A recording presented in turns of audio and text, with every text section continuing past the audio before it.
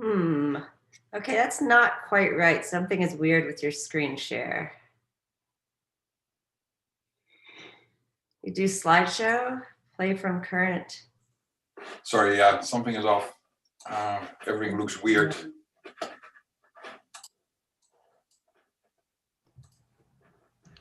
Try just sharing PowerPoint, or alternatively sharing the full screen and then putting in presenter mode.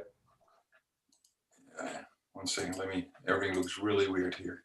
So maybe I should just relog in.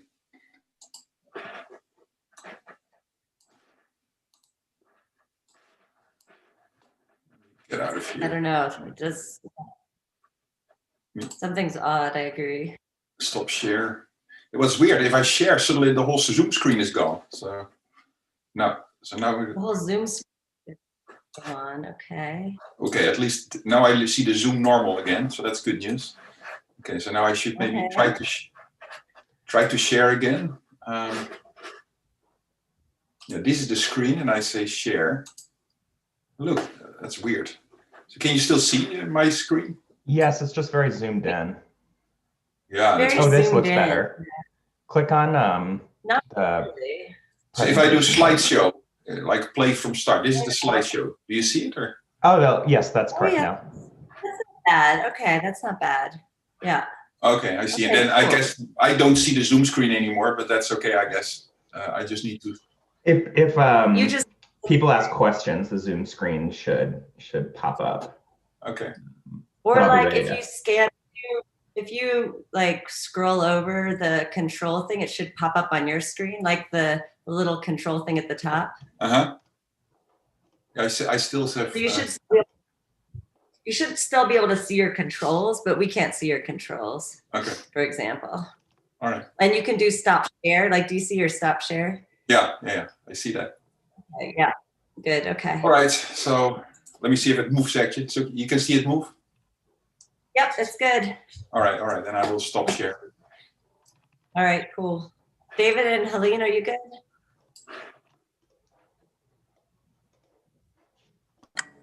Yeah, should be. Did you try you gonna try your screen share? Yeah, let me go ahead and do that. David, your mic sounds really low. I don't know if you can increase your level in the audio settings.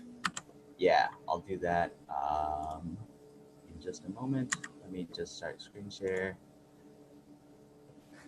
Let's see.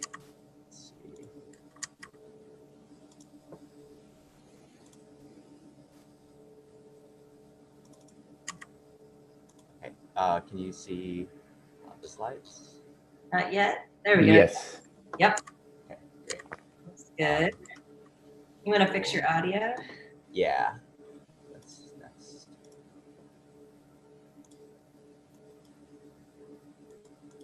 Okay, while you do that, I'll just. Okay. No. Too high. Yeah. Thanks. What about now? Too quiet. Too quiet.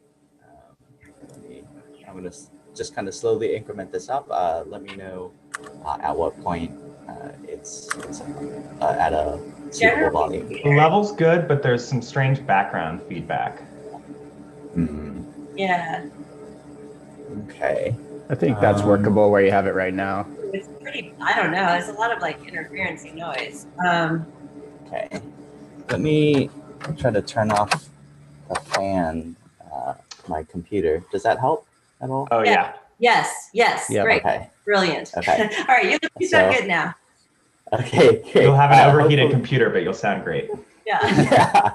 Yeah. Hopefully the computer fans don't start on. Right. No machine learning while talking about machine learning. Right, exactly. Yeah. Helene, you want to try yours? Yes, thank you. Let me see. Okay, does it work? Yep, looks good. Great. And then can you hear me? Because I don't have a microphone or anything, so. It's all right. Yeah, it's good enough. It's workable. It's workable. Yeah. Okay, I will try to speak here. I think that's not not you. I think that's Thomas. Yeah, that was Thomas. So. That was Thomas. Okay, good. Yep. Okay, you sound good. You sound nice. good. Okay, so we'll be fine, hopefully. Good. Mine good? Mm-hmm. Sound great. Great. Okay, cool. All right, one more day.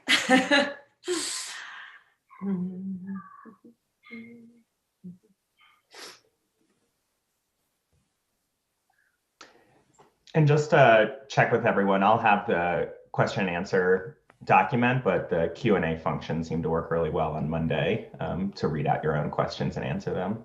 Yeah, I love the Q&A function for these webinars. They did such a nice job where you can like categorize things, answer live, file. Exactly. I hadn't played around with it enough and I didn't know it'd be quite so easy. Yeah, it's really nice. It was just quite easy to do, to MC your own questions.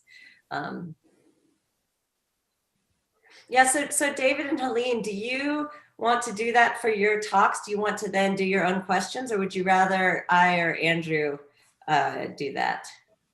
You guys know the questions show up in the chat and then you have the chance to sort of answer them or not. Do you want to do your own, or? I'm happy. I'm happy to let you guys take that off my plate. Okay, sure, sure. I'll pick out the hard ones for you. Maya, what did you just say? I didn't hear it. I was wondering, in terms of questions for Q&A, if you, and I can do it too, Andrew, if you would rather have me or Andrew sort of read them, or do you want to do them yourself? They show up in the chat basically at the end. Yeah, I don't know what David answered, but I can just do the same as he did. Okay, sounds good. All right. Maya, how about you pose them and I'll be the backup. Sounds good. Okay. All right. So Maya, you will be posing the questions, or? I will pose the questions. Yes, I will pose the questions from the chat box to you. Okay. Good to know. Oh, and then also finally, Mark. I think it said on the schedule you were going to introduce people, but I'll just go ahead and do it if it's okay, because I have that first talk that's just an overview talk anyway, and then I'll just go from there and introduce the folks. So. Okay, sounds good. Yeah. Sounds good. And Helene, you're an assistant professor in biostat, right? Yes. Yeah. Okay, good. Your bio was missing your title, so. Oh, yeah, okay. No problem. Just wanted to get it right. Yeah. You can say professor just by mistake. That's okay. Yeah.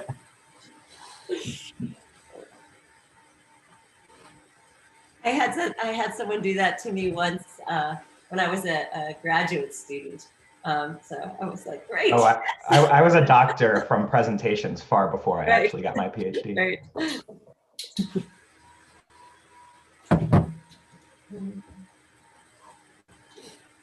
So make sure to introduce Dr. Chen.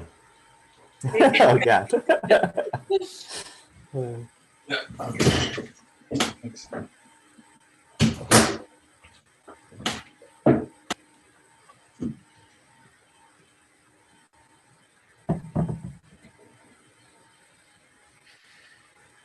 So Lucas and Andrew, do we know how many people joined from YouTube yesterday? 50. Oh, nice. There were 50 people on YouTube last time? Plus, you know, quite a few on Zoom. But in addition, I think there were about 50 on YouTube. So. Yeah, it was about 150, 160 people total. Oh, that's great. Yeah.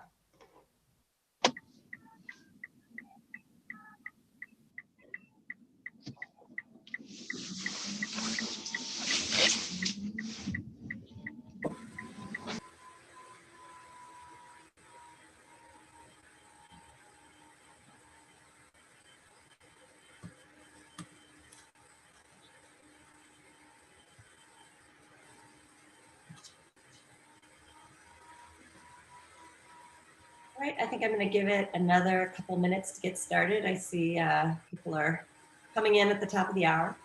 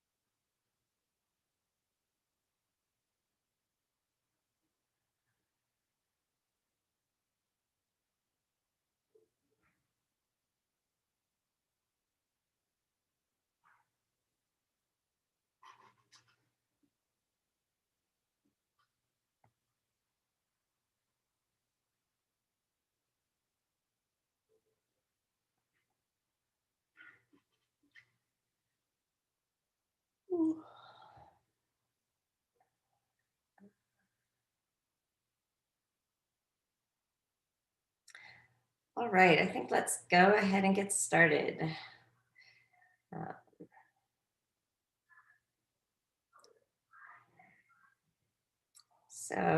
Can you pause the screen share, whoever has the welcome? Thank you.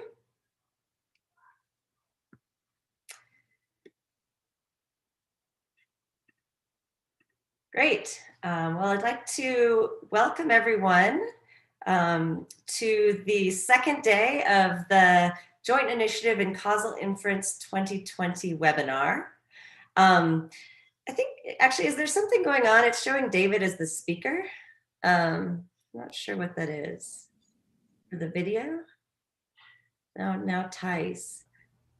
All right, well, I'm not sure. I see the screen as normal, Maya. You do, you see me? Okay, great. So welcome to the second day of the Joint Initiative in Causal Inference inaugural webinar. We are delighted to see you all back if you joined us yesterday, or to welcome you if this is your first day.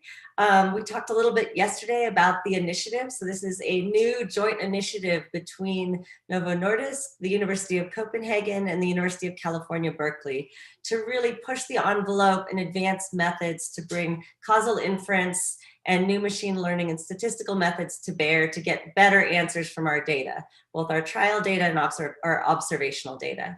So yesterday in the webinar, we did a big picture introduction to some of the problems that the current data ecosystem poses to us, and how a causal roadmap can give us a way forward. So today we're going to dive into the details a little bit more with some in-depth case studies looking at the use of the causal roadmap and targeted learning to analyze randomized control trials with time to event outcomes. Sorry, Monday, not yesterday. The first day was Monday, not yesterday. It all blurs together in COVID time. I'm Maya Peterson. I'm an associate professor at the University of California, Berkeley Biostatistics, and delighted to be part of this initiative. So I'm going to start us off by giving a little bit of introduction to the causal roadmap as applied to analyze randomized controlled trials with time to event outcomes. Really, this will just be a quick 10-minute talk to set the stage, and then after that we'll hear from two people, David Chen and Dr. Helene Rikgaard, on in-depth case studies before hearing from Mark van der Laan at the end of the day about a number of examples of targeted learning applied to real-world problems. So if you have questions today during my talk or any of them, feel free to type them into the chat. And at the end of each talk, we'll be having a Q&A, moderated Q&A, and answer questions. Any questions we don't get to during the Q&A, we'll be sure to answer online after the Causal Inference webinar. All right, so first, to set the stage, let's just talk a little bit about what we want from our primary outcome analyses in randomized control trials with time to event outcomes. So a motivating example you're going to hear about today is the use of the cardiovascular outcome trials to evaluate the safety of new antihyperglycemic agents with primary time to event primary outcomes such as major adverse cardiovascular events. So what do we want from our primary outcome analyses in these studies? So typically we're looking for some relative measure of association, and we really want to go beyond a measure of association. You know, our unspoken motivation is really to quantify the causal effect of the treatment. We want our primary outcome analyses to be able to handle time to event outcomes with different follow-up times, and of course they need to be fully pre-specified. So this kind of brings us to one of the the real workhorses for primary analyses in randomized control trials, the Cox proportional hazard model. So what are some appealing features of the Cox proportional hazard model in this case? It really appears to check all these boxes. So it provides us with a relative measure of association, or a relative hazard. Clearly, it's able to handle time to event outcomes and distinct follow-up times, although importantly under an assumption of independent censoring, and it can be fully pre-specified. Although really to ensure that full pre-specification, the typical approach is to use either an unadjusted Cox model or a Cox model stratified on covariates that are used for the randomization. Really in a very valid attempt to minimize any bias due to model misspecification. So the Cox model is obviously a tried and true method, and it's performed a long and respectable service in primary trial analyses. But it does face inherent shortcomings. So I just want to highlight 3 of those here in this introductory talk before we hand it over to our speakers to talk about how the roadmap can help to address these. So what are these shortcomings? First, the statistical quantity targeted by the hazard ratio. So the target parameter, the hazard ratio, is a quantity that unfortunately, even in perfectly performed trials, can be fundamentally misleading. And so we'll spend a couple slides just talking about why that is. The second is that this approach really limits our ability to flexibly adjust for covariates. And because it limits our ability to adjust for covariates, we kind of lose 2 opportunities there. We lose the opportunity to improve our precision and thereby our trial power. And we also really limit our ability to adjust for informative censoring or loss to follow-up. So really the cost of this is potentially increased variance and increased bias. So of course, these limitations of the hazard ratio, and in particular the first one, have been pointed out for a long time. So Hernan has a seminal article as far back as 2010. There's a more recent article by Allen from 2015 that really does an admirable job explaining these limitations. That said, despite the fact these have been recognized for quite a while, they remain underappreciated in practice. So let's just review these limitations quickly. First, what about the problems of the hazard ratio as an estimand, as a statistical target parameter? It turns out that even if we were to estimate this hazard ratio with an infinite sample size and a perfectly executed randomized trial, this statistical quantity may still fail to capture true benefit or harm of a new treatment. So this seems awfully problematic. Why is this? It's because when we think about a hazard ratio, what it's doing is it's comparing immediate rate of an event between treatment arms at each time point, but only among participants who remain event-free at that time point. So to see why this can be a problem, let's look at a little cartoon of a trial. So on the left side, we have a treatment arm of a trial, and on the right side, the control arm. We're going to use red to refer to persons who are higher risk. So at the start of the trial, these persons are balanced between the arms by randomization. That's a benefit of baseline randomization. So we have the same number of high-risk people in both arms. However, let's say that this new treatment isn't safe. It increases the event rate among high-risk people early on in the study. What happens then? We have more depletion of the high-risk people from the treatment arm than from the control arm. So now when we move forward, comparing events between these 2 arms, conditional on remaining at risk, remaining event-free, we're really comparing apples and oranges. So that careful balancing that we had of risk between the 2 arms at the trial baseline really no longer applies. Of course, this challenge can get even worse if we have informative censoring. So we've already got this setting where after the start of the trial, we have really imbalance in the risk among people who remain in the risk set, who remain at risk in the treatment and the control arm. If we then layer on top of that some differential censoring, our imbalance can get even more profound. Of course, there are things we can do about this analytically. If we measure the factors that lead to dropout, adjustment can help us. But now we're back to this other problem. What about pre-specification? Which of those covariates are we going to adjust for? What model specification are we going to use? What's our estimand? Once we start adding covariates to our adjustment model, we're going after a conditional hazard ratio instead of a marginal one. And so increasingly we end up with statistical target quantities that aren't even comparable across trials, as Thomas pointed out yesterday.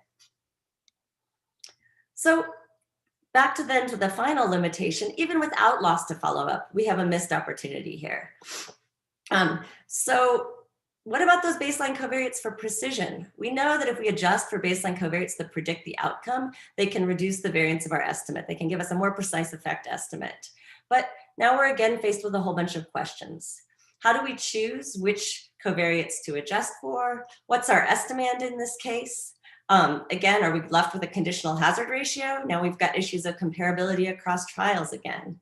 And then what estimator should we be using? An adjusted Cox model? What about bias due to model misspecification? So lots of challenges. We really need abilities to flexibly adjust for these baseline covariates, but lots of challenges for doing so using a traditional tool set. And I think because of these challenges, really the standard primary analysis has remained an unadjusted Cox model, or a Cox model stratified only on covariates used for randomization. But this really represents a missed opportunity to both improve our power and adjust for informative censoring. So all of that to sum up as introduction that this is just an incredibly common design. We have what seems like a common, friendly, familiar tool for analyzing at a Cox proportional hazard model in our primary pre-specified outcome analyses, but that approach really has limitations. It has limitations in the interpretation of the quantity that we're going after, and it has limitations in our ability to get a good estimate of a causal effect, both in terms of getting the most out of the covariates we measure for precision, and also getting the most out of the covariates we measure for control for informative censoring. And so this brings us back to getting lost in the woods. And again, I think an opportunity where we can really make progress by using this targeted learning or causal roadmap. And so the two speakers coming up are going to step through this roadmap for us, looking specifically at this case of cardiovascular outcome trials with time to event outcomes. So we'll be hearing about the causal question. So how can we pose a different causal question or a causal question that really answers our motivation in these trials? We'll hear about two different types of observed data models, both one in discrete time and one in continuous time. We'll talk about identification assumptions to get us to a statistical target parameter. And then finally, how we can use targeted learning to really do a good job estimating that target parameter. So really getting into more detail, we got a little bit of a highlight on Monday about how we first can use machine learning methods to give us initial estimates of the components of that statistical target parameter, and then go beyond those initial estimates with an additional targeting step that really lets us minimize bias and variance and get back reliable statistical inference. So without further ado, I'm going to hand it over to our first speaker, David Chen. So David Chen is a PhD student in biostatistics at UC Berkeley and has been working on this particular problem as part of this collaboration, in particular as it applies to the LEADER trial that Henrik introduced yesterday. David's research interests are in applications at the intersection of causal inference, machine learning, and semi-parametric estimation. And so he's well suited for this collaboration. So thank you, David. And again, please feel free to type questions into the chat, and we'll take questions both from my session and David's at the end of his talk. Thanks. All right. Thank you, Maya. Let me go ahead and just share my screen. Let's see. All right. Whoops. Here we go. All right. So yeah, can everybody hear me okay? Thumbs up, maybe? All right. We'll proceed. All right. So thanks, Maya, for the introduction. And so Maya highlighted some issues with the use of the hazard ratio and proposed an alternative analysis method for time to event outcomes following the causal roadmap. And so that's what I'll be talking about today. Some recent work that we've done reanalyzing one of Novo Nordisk's cardiovascular outcome trials. And so here we go. But first, a very brief review of the targeted learning roadmap.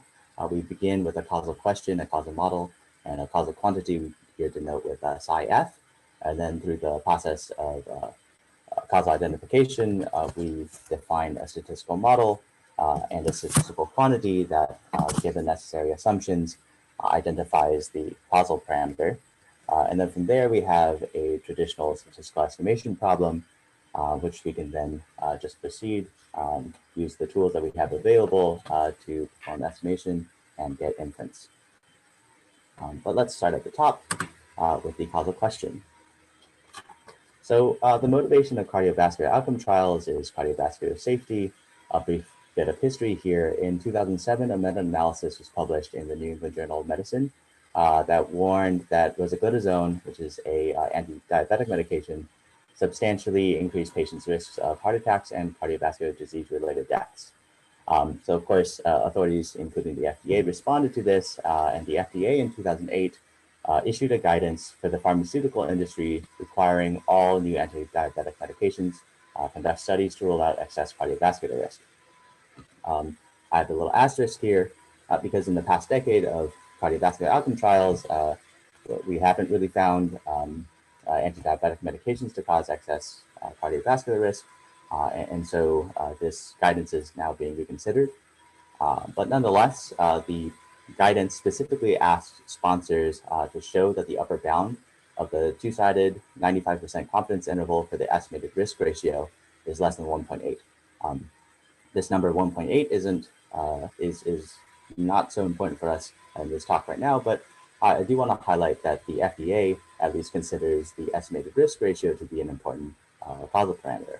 And so this leads us to think maybe a generic CVOT causal question might be, does assignment to treatment versus placebo result in excess relative risk of MACE at times tau? And so this is the general case.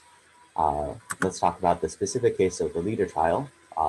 Henrik talked about this in day one, but I'll give a brief overview here. LEADER was a multinational cardiovascular outcome trial beginning rolling enrollment in 2010 and closing out in 2015. The study population was 9,340 patients with type 2 diabetes who are also at high risk of cardiovascular disease. The ragutide was the treatment, and control was assignment to placebo and standard of care, both delivered for a period of 42 to 60 months. Drop-in treatments and treatment holidays were both allowed. And so in the primary analysis, their primary outcome of interest was MACE, which comprised of cardiovascular deaths, non-fatal heart attacks, and non-fatal strokes. And the primary analysis concluded with an estimated hazard ratio of 0.87 with a 95% confidence interval of 0.78 to 0.97. And so what if instead of relying on the Cox model and relying on the hazard ratio as a statistical parameter, we instead try to follow the roadmap and begin with a causal question, right? And so a causal question along the lines of the general question from the previous slide might be something like, does assignment to the ragutide versus placebo result in excess relative risk of MACE at the end of 12, 24, 36, and 48 months? Right? So with this causal question in mind, we can proceed to defining a causal parameter specifically as a parameter of the full data using the language of counterfactuals.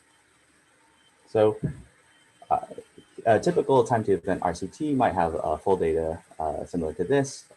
We denote the full data with X being a vector of baseline covariates W, which might correspond to demographic information or clinical measures or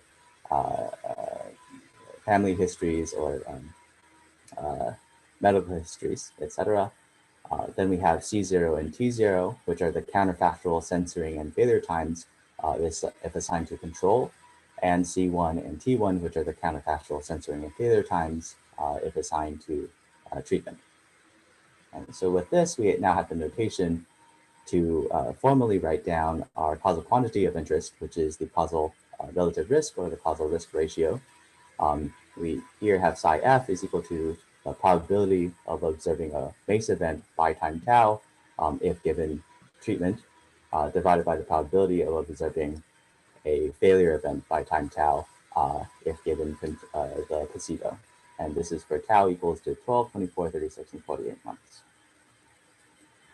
Now, unfortunately, full data and counterfactuals can't be fully observed, right, as we can only observe one set of counterfactuals at a time. And so the challenge of causal inference is identifying this causal quantity of interest, which is a function of counterfactual variables with a statistical parameter that is a function of the observed variables. And so this brings us to the observed data. And so our observed data here, we denote with O. We still have the vector of baseline covariance W, but now we also have this A variable that denotes the treatment assignment. We have T tilde, which is the minimum of the censoring and failure times C and T. Here, C and T really stand for C of A and T of A respectively, where they are the censoring and failure times corresponding to the assigned treatment level. And here we also have delta, which is this indicator of essentially observing a failure event. This observed data also has a longitudinal form, which will be convenient for factorizing the observed data density in the next slide. Essentially, this top observed data formulation is a wide format where every individual is represented by one line in the one row in the data set. And the observed data is a repeated measures form where every row in the data set corresponds to an individual at a particular point in time.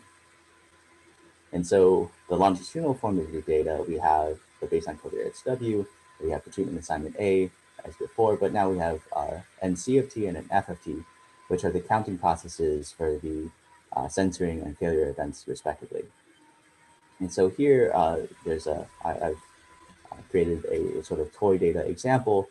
Essentially in the longitudinal form, every individual, every subject gets T tilde rows. Okay. And this brings us to the factorization of the observed data density.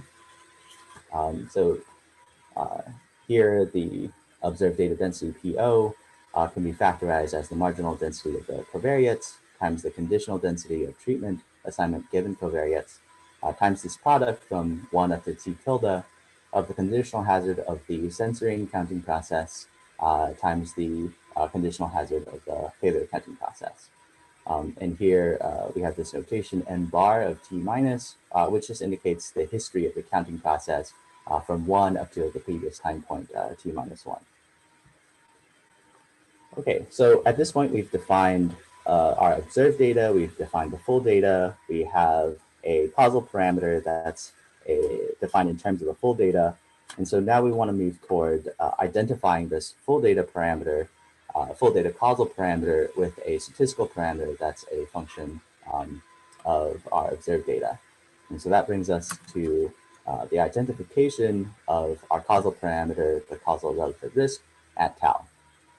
And so these are the necessary identification assumptions. We need a randomization assumption on treatment, which is that the treatment assignment is independent of the counterfactual failure times and counterfactual censoring times, conditional on baseline covariates.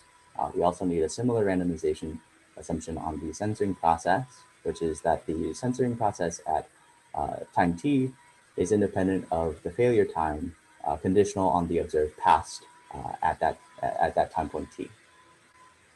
We also need positivity assumptions, and so this first inequality here is stating that for every treatment level that we're interested in, there's some positive probability of receiving that treatment within every covariate strata.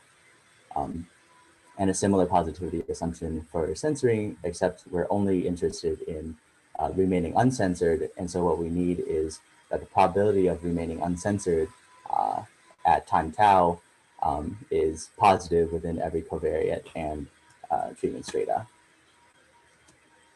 So given these identification assumptions, we're able to identify a causal post-intervention distribution with this G computation formula. Right? So for a desired treatment level A and no censoring, this G computation formula here identifies the causal post-intervention distribution. And what we've done here is we've replaced the conditional density of treatment given covariates with this indicator following the desired treatment. And we've replaced the conditional hazard of censoring with the indicator that we were remaining uncensored. This allows us to define a statistical estimand, which is the treatment-specific survival SA of tau. And here it simplifies to this, it's an expectation over the baseline covariates of this product of 1 minus the conditional hazard. Right, to finish stating our statistical estimation problem, we also need to define our statistical model. A statistical model script M is the set of possible densities for our observed data O. This would be in a traditional statistical analysis, maybe where parametric assumptions start coming in, but we want to have a statistical model that makes only assumptions about the conditional density of treatment assignment given covariates and the conditional hazard of the censoring process. And so here we restate our statistical estimation problem. We observe NIID observations, O1 to ON, from a density P naught that is in our statistical model M. And our target estimand is this psi of P naught, where psi is this mapping from our statistical model to the real line. And just as a side note here, for simplicity, we're focusing on treatment-specific survival as our statistical estimand because we can derive point estimates and inference for relative risk just by applying the delta method to estimators of the treatment-specific survival.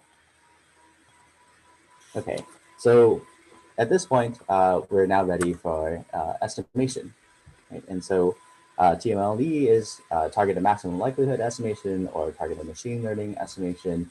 Other speakers, I'm sure, are going to talk about this more as over the course of this webinar. But here I just want to give some very high-level overview of some motivations for why TMLE might be an attractive method to use, and also how it applies to survival analysis. All right. So a few motivations for why TMLE might be an attractive method. TMLE is a method for constructing estimators that are efficient within a large class, which I'll mention in the next slide. It allows us to leverage the power and flexibility of machine learning while preserving valid asymptotic inference. It has some desirable properties such as doubly robust consistency in the face of limited model misspecification. And also influence curve-based variance estimation naturally allows construction with simultaneous confidence intervals for multiple testing. So for instance, here we're considering the relative risk separately at 12 months, 24 months, 36 months, and 48 months. But one might also be interested in testing those simultaneously. So how does TMLE work? Well, TMLE in a nutshell is comprised of two steps. The first step is to obtain an estimate Pn of the relevant portions of the data generating distribution P naught for estimating the target parameter of interest, psi of P naught. And then step two is to estimate this initial fit Pn into a targeted P star n, which makes a optimal bias variance trade-off for the target parameter rather than for the overall density, which is what a maximum likelihood estimator might do. And so first we'll talk about the class of estimators in which TMLE is efficient. So regular asymptotically linear estimators, heuristically, an estimator psi n is called regular for estimating psi of P naught if the limiting distribution of the estimator is robust to small perturbations of the density P naught. And an estimator psi n is called asymptotically linear at P if the estimator minus the target can be written as the empirical mean of a mean zero finite variance function plus a term that goes to 0 at a 1 over root n rate.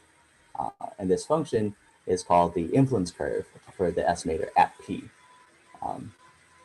And for pathwise differentiable functionals psi, these influence curves can also be understood as gradients of pathwise derivatives.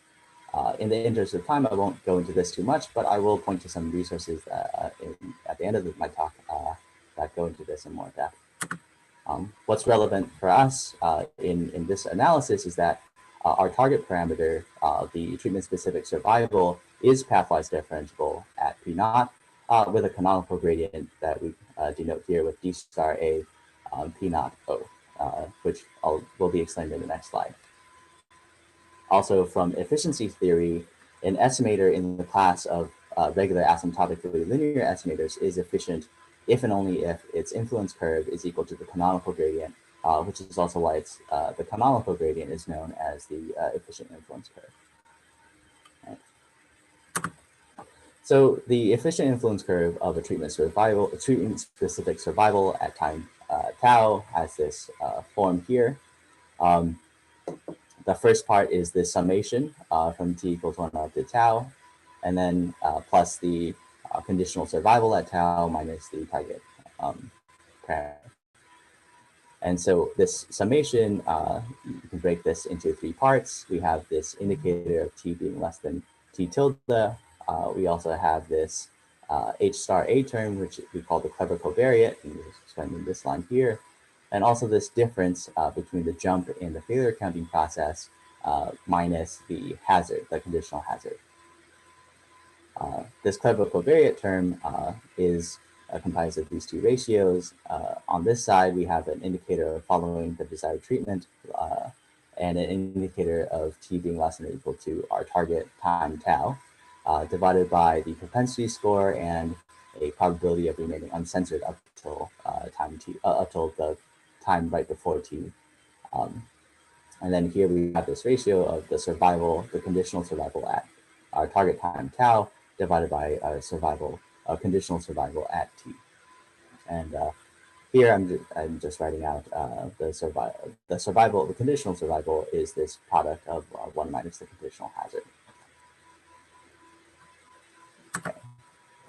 And so we know from this slide here, we've defined the efficient influence curve for a treatment-specific survival. And we also know from efficiency theory that an efficient RAL estimator must solve the efficient influence curve. That is, the empirical mean of the efficient influence curve at Pn has to equal 0. And so how do we construct an estimator that has this property? Well, TMLE begins with an initial estimate Pn of the desired distribution P naught. And then the second step, the targeting step, involves defining a loss function and a fluctuation parametric working model, which together produce a score that at epsilon equals 0 equals the efficient influence curve at Pn. And so what this does is it links minimizing risk with solving the efficient influence curve. The relevant portions for estimating treatment-specific survival is the conditional hazard for the failure. And so together, the log likelihood loss and this fluctuation working model together satisfy this property. And what this looks like in short is step 1, we create initial estimates using superlearning for the propensity score, for the censoring hazard, and for the failure hazard. And then in step 2, we compute an updated P star n, which for this application is an updated hazard that solves the efficient influence curve at P star n.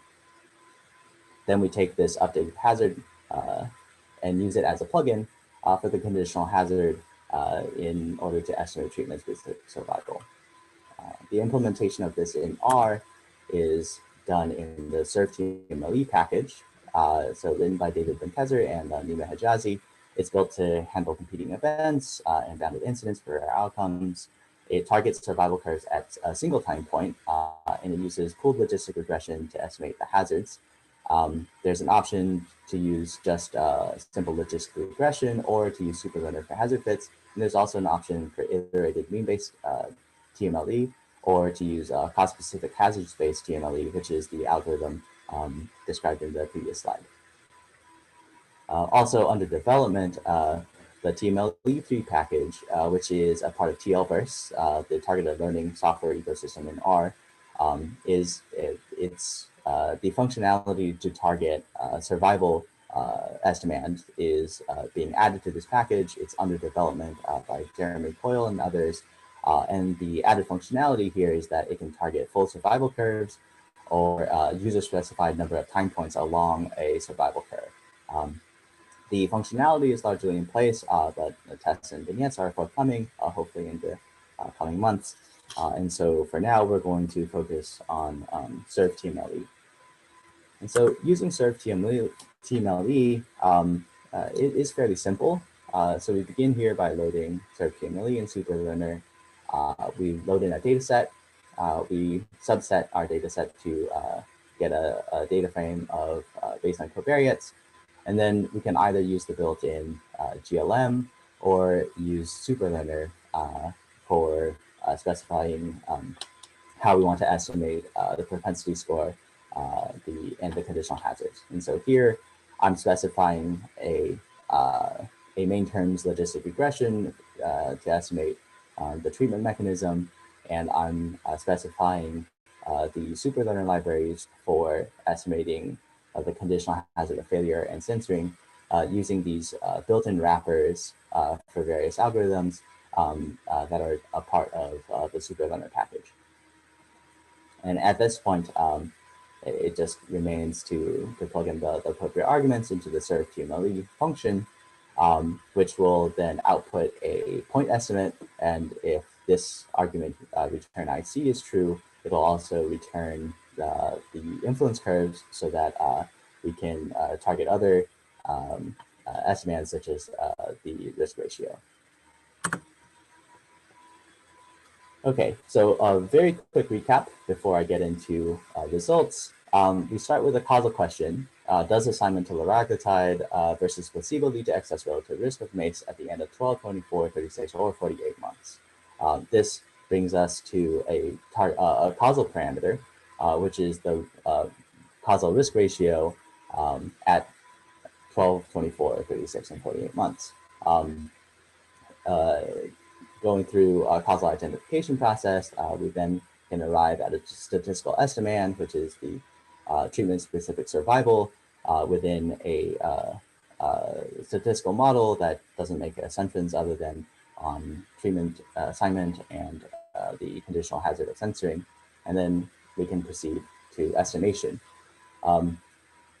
So estimation using TMLE, specifically using the serve TMLE package with the following Superlearner specifications. So we're using a continuous Superlearner, which just means that the Superlearner algorithm is a convex combination of the candidates. We use tenfold cross-validation here with non-negative least squares loss. We're using just 13 baseline covariates, which are pertain to demographics and some clinical measures. And we're not using any pre-specified screening algorithms. Propensity score is estimated with main terms logistic regression, and the hazards are estimated with the Superlearner library. So we begin with a simulation where we have non-informative censoring. This blue line here is the counterfactual treated survival, and this red line here is the counterfactual control survival, and both are subject to the same censoring process represented by this gray dashed line. And we're estimating relative risks here at 104 weeks. The estimators that we're going to compare are Kaplan-Meier, which is a non-parametric maximum likelihood estimator, a misspecified G computation, which is a plugin that uses a misspecified hazard model, misspecified TMLE, which takes that misspecified hazard model that goes into the misspecified G computation, but then updates it, and then a Superlearner TMLE, which uses Superlearner for the initial hazard fit. What we expect is that Kaplan-Meier should be unbiased, as we have no informative censoring. We expect that the misspecified G computation estimator may be biased, and that both TMLEs should be unbiased, and efficient when compared to Kaplan-Meier. And indeed, that is what we see. So here, this plot is of the estimated performance over 1,000 simulated samples of size 1,000. The blue line is the true risk, the true relative risk.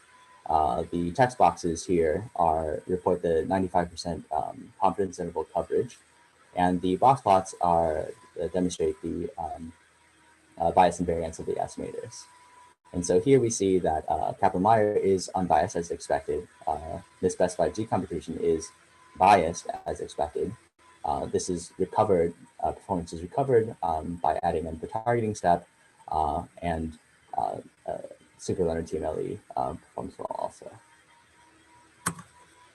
Then we move on to a simulation involving informative censoring, where now this blue line here is again the counterfactual treated survival, and this dashed blue line is the censoring, the treated censoring, whereas the red solid line here is the counterfactual control survival, and the dashed line is the censoring in the control group. And so here, treated survival and censoring are both worse. Again, we're estimating relative risk at 104 weeks. And so we're using the same estimators, but we now expect Kaplan-Meier to be biased because of not accounting for the informative censoring. The misspecified G computation estimator again may be biased, but both TMLEs should remain unbiased. And in simulation, that is what we see. Again, the blue line here is the true relative risk.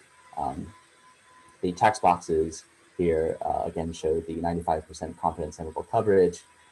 We see that Kaplan-Meier and G computation are both biased, but that the targeting step recovers and that the superlearner TMLE performs well.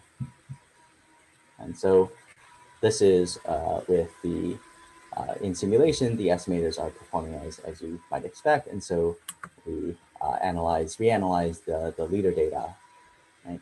And so at 12 months, 24 months, 36 months, and 48 months, we're estimating the relative risk using the G computation, Kaplan-Meier, and TMLE estimators. We no longer have misspecified because we don't know what the true data generating mechanism is. So the red dots are the G computation that uses a plugin, the superlearner estimate of the hazard. And this TMLE is the superlearner TMLE from before. And so here we see that TMLE, again, is slightly more efficient than Kaplan-Meier. Right?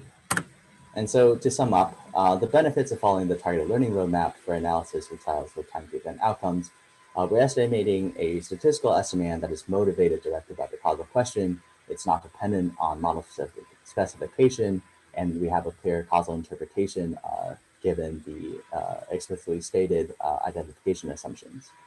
We have improved estimator precision with flexible pre-specified covariate adjustment using superlearning, and we get asymptotic inference, double robust consistency, and efficiency with TMLE.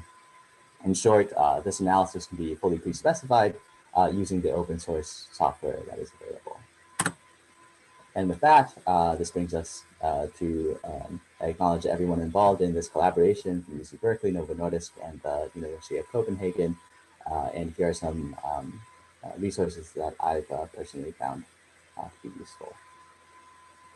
And with that, I think we can move to questions. Great job, David. Thank you so much. Thanks for that great presentation. Anyone in the audience should feel free to type questions into the chat. I know we have one question from the first session, so maybe we'll start with that. So there was a question about differential censoring and how it can arise in a randomized control trial. In other words, with randomization, why would there be differential censoring that's not due to treatment? And so I think the answer there is certainly treatment can affect variables that affect censoring, but we can also have baseline factors that affect censoring. So say that we have higher risk people people who are higher risk at baseline are the people who are more likely to drop out, just in general. They've got a lot of things going on in their lives. But that differential dropout among higher risk people is even more profound in the treatment arm. So for example, maybe the treatment arm makes you, in this hypothetical example, not in LEADER, but the treatment arm actually causes you to get sicker, causes some high risk events, particularly in the high risk people. And so then you get this differential dropout of higher risk people potentially in the treatment arm. And I think another kind of interesting aspect of this question is the phenomena where post-treatment or post-baseline events, like becoming sick during the trial, that are actually affected by treatment are factors that both affect the outcome and drive censoring. And for that sort of a setup, you absolutely can run into bias due to informative censoring. You need to kind of move beyond this simple adjustment for baseline variables to recover from it. And that's where I think we'll talk a little bit about extension of these methods on our Friday webinar to settings where you have intercurrent events like becoming sick during the trial that's really driving your informative censoring between arms, and how we can use these approaches to adjust for that. So hopefully that was helpful for that question. Right, any other questions from attendees, or questions from the panelists will be fine too.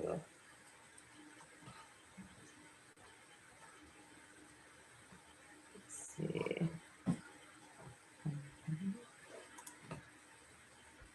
So I have a follow-up question or comment, and you know, I think maybe we can have Mark comment on it as well.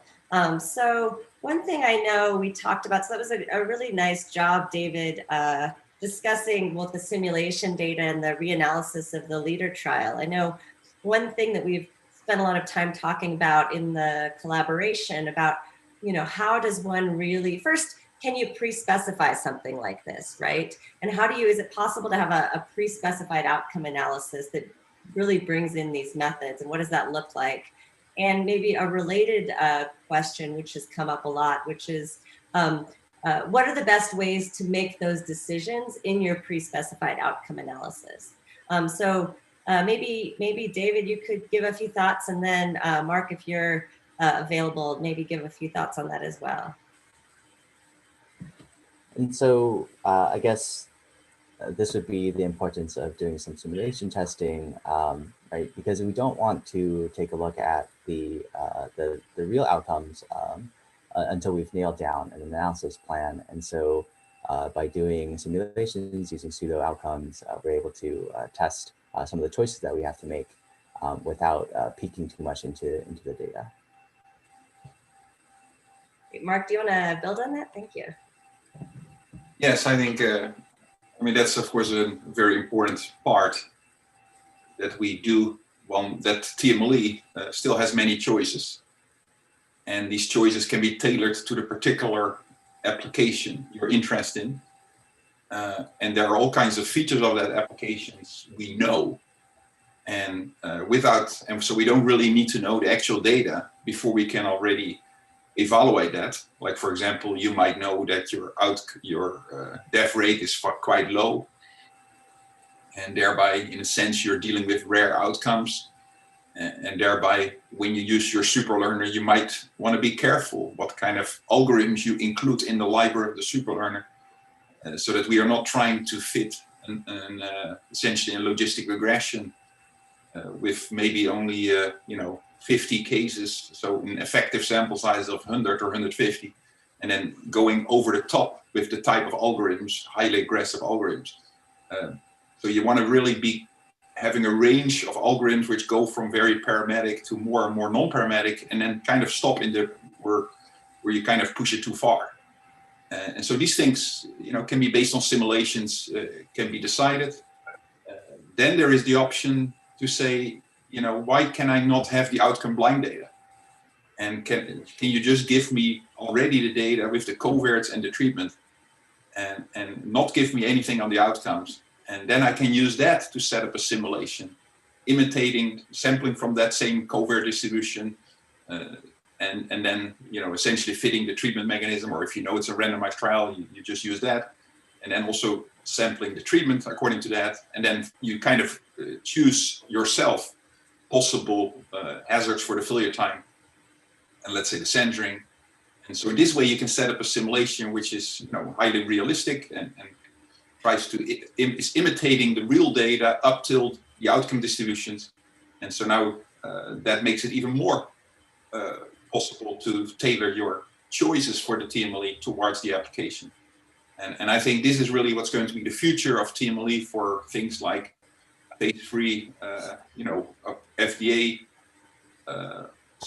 trials, because this is actually something they're already used to, that they are giving the option to give you outcome blind data, you know, even in observational settings where they have these kind of matching things going on. And so they're actually fine with that approach. And that, I think, will give a lot of power to the people who have to set up these statistical analysis plans so that they can really make sure it works well for their application without really cheating at all. Great, thank you so much. So I think any other questions, go ahead and type them in. Otherwise, I'll just offer a couple concluding big picture comments, and then we will go to a 5-minute break.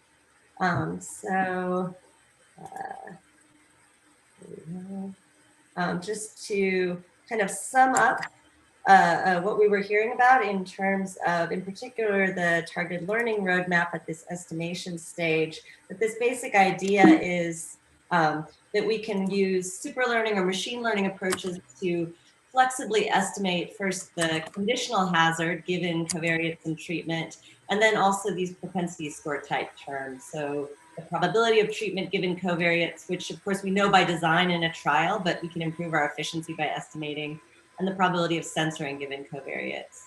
And we could just take those initial estimates and plug them in, but as David showed in the simulations, really we don't have a good basis for statistical inference if we do that. And so then the second step of targeting really targets that initial hazard estimate as this opportunity to reduce bias and reduce variance, as we saw in the simulations. And I think maybe just as a concluding thought, there are lots of decisions to make, but an important big picture concept is that because we are pre-specifying these flexible algorithms, we're pre-specifying the ways in which we're looking at the data, it is possible to fully pre-specify targeted learning analysis and use that as a primary analysis in a trial. And so just, you know, personally, I've done that in some of the cluster randomized trials that I've been working on in HIV. So maybe I will stop there. Oh, we may have one more question before we go to the break. Would you use a super learner for matching instead of logistic regression to create propensity scores? Super important question. I'll let David answer that. So I'm actually not sure that I understand the question, so I might just throw it back to you. Oh, okay, sure. So the short answer is yes.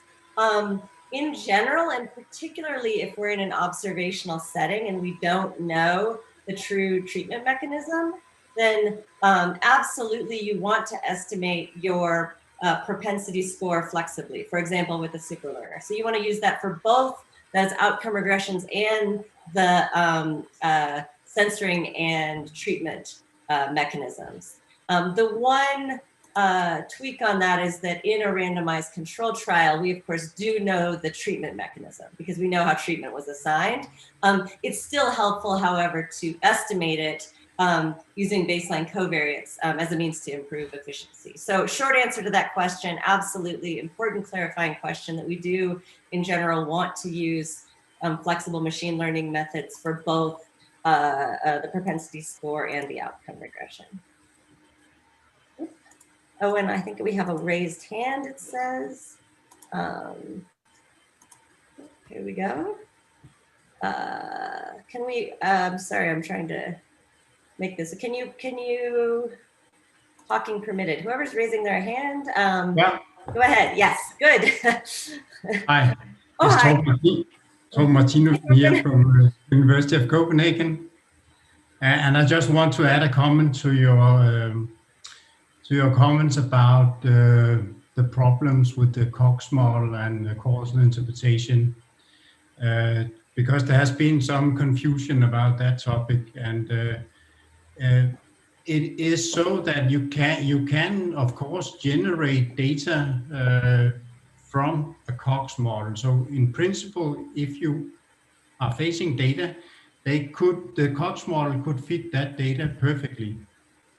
The problem is that you can never interpret the hazard ratio that you would estimate as a causal hazard ratio.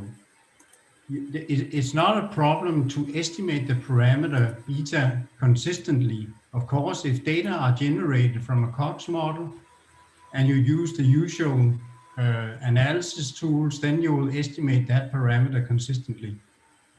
And the beta coefficient itself can be given a causal interpretation as some log of a log minus log of the survival functions, which is not simple to understand. So of course, people would like to think of it as a hazard ratio, but the problem is that that cannot be given a causal interpretation as you explained by this selection effect among individuals.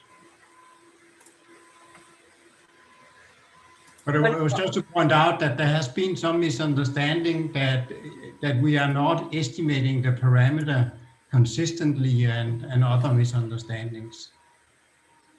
Yeah, and so thank you for that important point, that there's a fundamental issue here with choosing that as an estimate, as a statistical target parameter. So yeah, thank you for that important clarification. I know we are at close to the top of the hour, so let's take a 5-minute break and come back at 3 after. There's a question that we didn't get to, and we will hopefully squeeze it into the next Q&A, but I will see everybody in 5 minutes.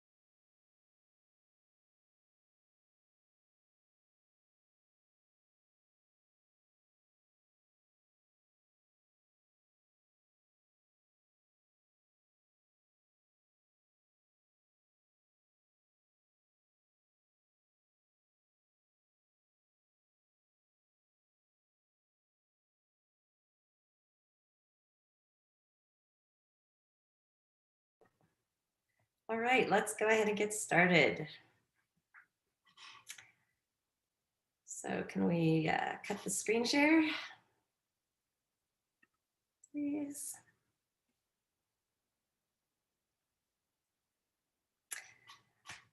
All right, so welcome back to the second hour of our day focusing on randomized control trials with time to event outcomes. I am delighted to introduce our next speaker, Dr. Helene Rydgaard at the University of Copenhagen. Her research interests are in the fields of causal inference, time to event analysis, and machine learning. So again, a great match for this, this consortium, this collaboration. And she's really focused on exactly what we're talking about today, the use of data adaptive methods for drawing valid causal conclusions, both for RCT data and for large-scale time-varying observational data. So without further ado, I'm delighted to hand it over to you, Helene. Thank you. I hope everyone can hear me. I'll just share my screen. Yep, you're good. Nice. So, okay, can you see my slides now? Yep, looks great. Okay, good. Okay, so you just heard David talk about TMLE for discrete time survival analysis. So I will now tell you about TMLE for continuous time survival analysis. So we'll talk a little bit about doing this targeting, also superlearner and the so-called highly adaptive lasso. So you'll probably recognize many elements from David's talk. In a sense, I'm taking a step back, taking my offset in Cox regression, and then I'll try to show how we can build TMLE on top of that and what we can gain if we go all the way. So yeah, just as an outline of my slides here, I'll first try to clarify this discrete to continuous time, give a general introduction to my setting. Then I'll review this roadmap or the statistical estimation problem that we're interested in here. Then I'll talk about targeting and then incorporating these machine learning tools. And then I'll just finish with some concluding remarks. Right, so continuous time TMLE for survival analysis. Well, in essence, it's just about combining the right things. So as Maya has talked about, and David also, we're targeting these causal parameters. So parameters that arise through this decomputation formula. And then we have these existing TMLE for survival and competing risk analysis in discrete time. And they're example of methods that go after semi-parametric efficient estimation in a nice way that allows for incorporation of these machine learning tools, such as superlearning and highly adaptive lasso. So it's just basically what we want to combine together to construct a TMLE for continuous time survival analysis. So in this approach, will be based on multiplicative hazard models in essence, and then I'll put special emphasis on these Cox regression models today. So first of all, just what do we mean, or what do I mean by continuous time? So we're just considering a standard setting where subjects can die on any given day. The subjects can be lost to follow-up or right censored at any given day. And then in a more general setting, which we'll not consider today, then subjects can also start or stop treatment on any given day. So the practical motivation for this is that we need something for the data settings where this short term that David talked about will not run because time is essentially too fine. So the general data structure that we take is one where we have a line of data or a row of data for each individual. And then we'll have this time t tilde till event or censoring. So now this is taking value on the positive real line rather than on some discrete set of times. And then we'll have an indicator delta indicating event or censoring at this event time, a binary treatment variable indicating treatment or no treatment, and L, a vector of pre-treatment covariance. So the difference between this and what David talked about is where the event time takes its values. Right.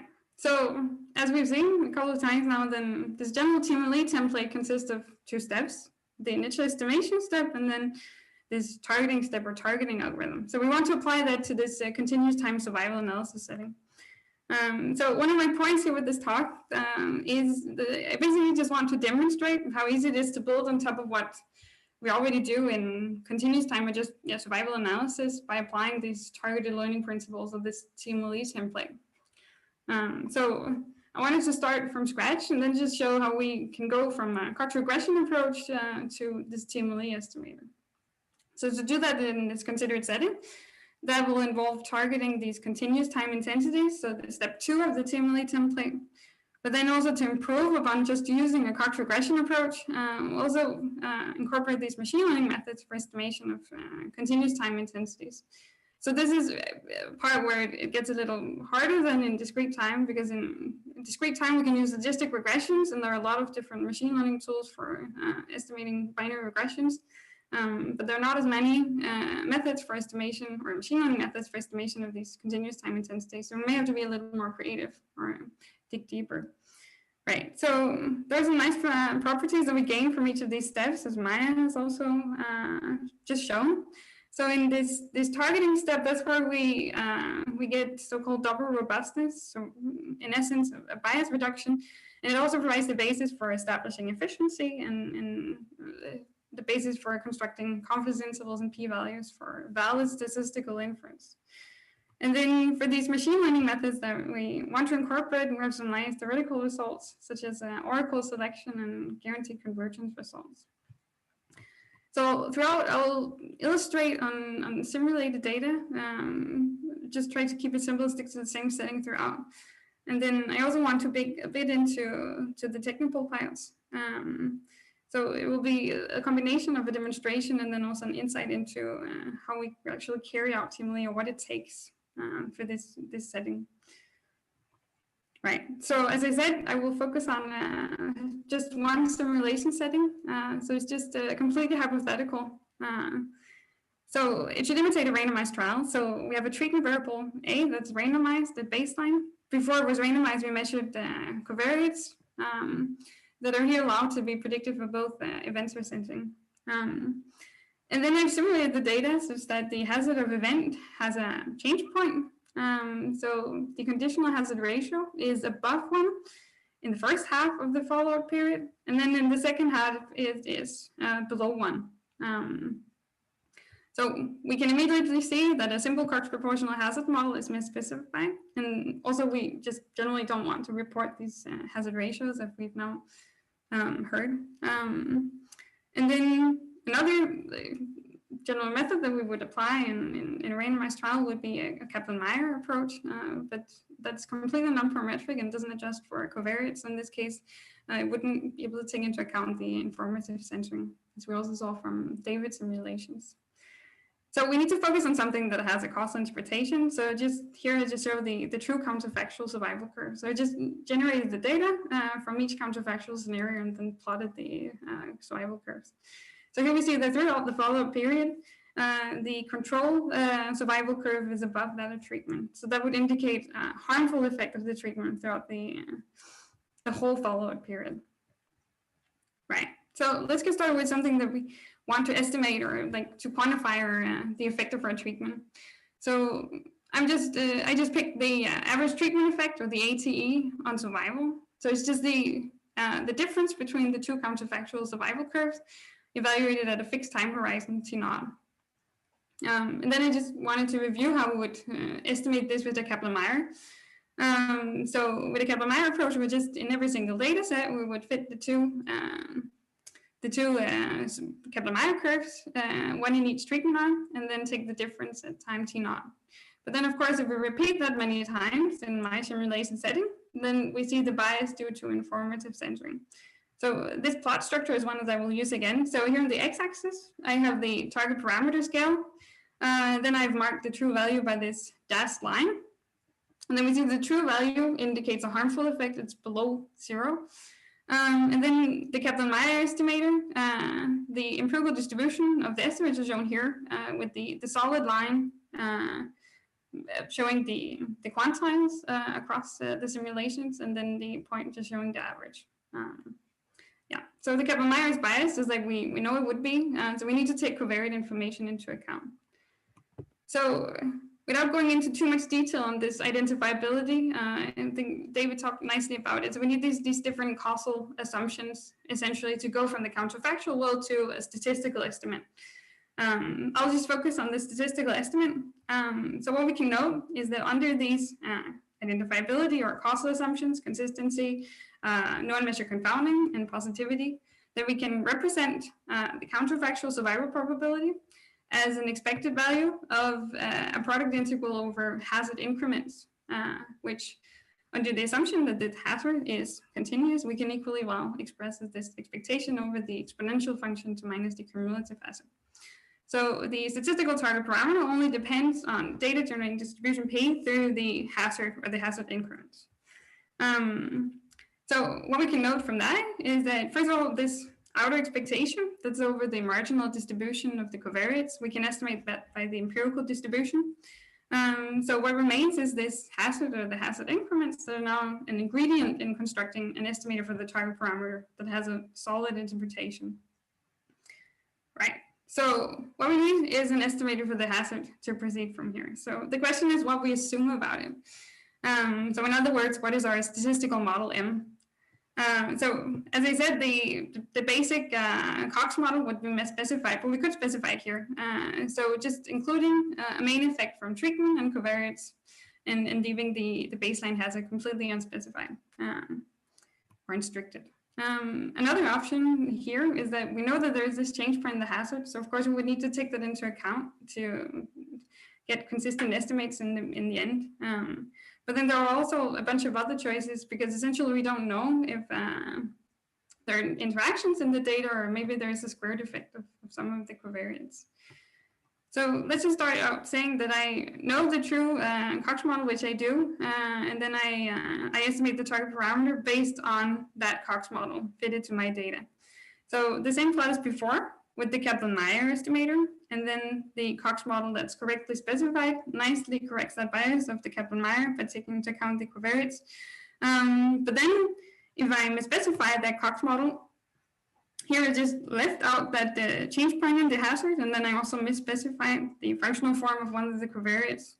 I get something that's very biased. And here's even showing the opposite effect of what the actual effect is. So the actual effect was below 0, indicating a harmful effect. And now this misspecified Cox model gave an estimator for the average treatment effect that was actually above 1, indicating a protective effect.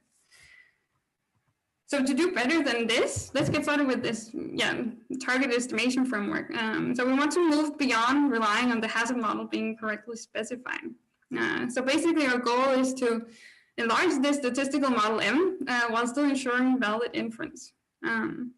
So another thing we can note is that we don't actually care about the hazard. We care about the target parameter and want to optimize estimation specifically for that target parameter. So in other words, we want to go after efficient estimation of that target parameter. So as a result of semi-parametric efficiency theory, that efficiency and asymptotic normality of a plug-in estimator for the target parameter relies roughly on these two conditions, where the one is that the estimator solves the efficient inference curve equation, and then the other condition is that a certain second order remainder converges fast enough to 0 or is OPN to the minus half. So these two conditions in essence tell us what we need to estimate and how well we need to estimate it to get optimized estimation for the target parameter. So the rough idea of TMLE is exactly to design or construct an estimator such as to fulfill these two quantities. And then once we have it, then we can compute confidence intervals based on the efficient inference function. And also the estimator will have the smallest possible asymptotic variance given the model M. So we need to dig into what these two things are. So the efficient inference function, David also presented it, now just for continuous time instead. So the main difference is just that the finite sum over time points in the expression that David had is now this martingale integral over time. But it's still the same dependence on the conditional hazard, the censoring mechanism, and the treatment mechanism. So that essentially tells us that to construct an efficient estimator, we need to estimate all of these three quantities. And then an estimator, P hat n, consisting of an estimator of these three quantities, well, we say that it solved the efficient inference curve equation. If we plug those into the expression for the efficient inference curve, take the empirical average, and then we get something that's roughly 0. So that is what the first condition was. The second condition was about this second order remainder for the estimation problem. So we can derive its exact form for our particular estimation problem. So without going into too much detail, what we can note is that it displays this nice double robustness structure. So basically, it factors into these two parts, where one is concerned with the censoring and also the treatment mechanism, and the other part is concerned with the event process mechanism. And that implies two nice things for our estimation problem. One is that this condition on the second order remainder being OPN minus half, that translates into an N minus quarter convergence rate for each of these two parts. That will be essential for incorporating machine learning methods. And then another thing is that this is what we usually call double robustness or double robust estimation, is that consistent estimation of the target parameter will only require consistent estimation of either the censoring or the event process distribution, or the survival distribution. So I thought that I would focus on that last thing just to introduce the targeting step and just display what it achieves. So again, TMLE consists of initial estimation. We construct initial estimation meters for all components of the efficient inference curve. Then the second step, the targeting step, where we update an initial estimator specifically for the hazard of event, such that we solve the efficient inference curve equation. So for example, just to get started now, we can use a misspecified Cox regression model for initial estimation of the conditional hazard. And then in the targeting step, they will be updated using the information from the estimated censoring and treatment mechanisms. So I'm going to assume now that we have those estimators for the censoring and treatment mechanisms. And then let's take as our offset this misspecified Cox model that had a very biased estimator for, or provided a very biased estimator for the target parameter, the average treatment effect on survival. Right. So targeting a continuous time intensity, what does targeting in general take? Well, we would need the efficient inference function. We have that. Then we need an fluctuation model for updating. And then we need an actual updating algorithm. So here we'll go for a fluctuation model for the conditional hazard. So takes the given hazard and then multiplies by the exponential function to some parameter epsilon times a clever choice of a covariate h. So in this model, we would move away from the hazard itself by varying this epsilon, and then we would move along a path defined by this clever choice of a covariate h. So the clever choice essentially just depends on the structure of the efficient inference function. So if we look at it again, here presented once more, we just read off what this clever choice should be. So what we can note immediately is that it depends on the survival function, the treatment mechanism, and the survival censoring survival function. So this is where that information is taken into account through that that clever choice of a covariate h. So now the idea is that an optimal fluctuation epsilon hat is computed such that we have an estimator for the hazard. We plug that into the fluctuation model, we evaluate it at this optimal fluctuation, and then we solve the efficient inference curve equation for a given estimator for the clever covariate. So it's just about solving an equation, a score equation in terms of these martingale intervals that enter into the efficient inference function. And then we iterate that process until we solve the efficient inference curve equation exactly. Right. So let's just show how that plays out in a given data set, just to get a good feel of what's actually going on. So here, down here on the real line, I have the true value of the target parameter here expressed in terms of these cumulative hazards. So now I can provide an initial estimator for the cumulative hazard based on my misspecified Cox model. Use that to provide an estimator, plug in an estimator for the target parameter. This was biased, so we see we get an estimate that's quite far from the true value. Then I apply my fluctuation model to update the initial estimator for the hazard, shown in the previous slide. I get a new estimator. Then I can plug into the expression or to the to estimate the target parameter. Now I get a new estimate after the update step where that discrepancy has been removed from the initial estimator. So that was just one of the simulations, just to show. Let's look at how it plays out across the simulations. So I had the misspecified Cox model with a large bias. Now I just applied the TMLE step on top of that. And we see that completely like we would expect it to, then it removes this bias entirely. So we can also look at like relative mean squared error. So how much precision did we gain compared to the Kaplan-Meier? And here we see that we gain a little bit of precision because we did take into account covariate information in specifying this Cox model that was misspecified, but we're not really taking it fully into account because it was misspecified. But then there is another thing we can know is that here I provide the coverage based on the efficient inference function. So this is actually nicely 95%, even though that's not really guaranteed by theory. So just to conclude on that slide, yeah, TMLE removes bias from the initial estimator, but then the better the initial estimator, the more precise the estimator for the target parameter. That's what we know. So we can do better than just applying a misspecified Cox for the initial estimation. So let's get started with this second part, incorporating machine learning for the initial estimation. So yeah, let's focus on this other part. We want to enlarge the statistical model while ensuring valid inference. So we want to do it, incorporate these flexible methods, but in a way such that we can still establish that the second order remainder is estimated fast enough. So we saw earlier that condition on the second order remainder can be translated into convergence rate for each of the nuisance parameters of the censoring mechanism and the event mechanism. So those should be estimated faster than n to the minus quarter. And that will be crucial for using these machine learning tools. But given that we have that, then we can again conclude efficiency and asymptotic normality of our estimator, and we can compute confidence intervals based on the efficient inference function. And our estimator will have the optimal asymptotic variance.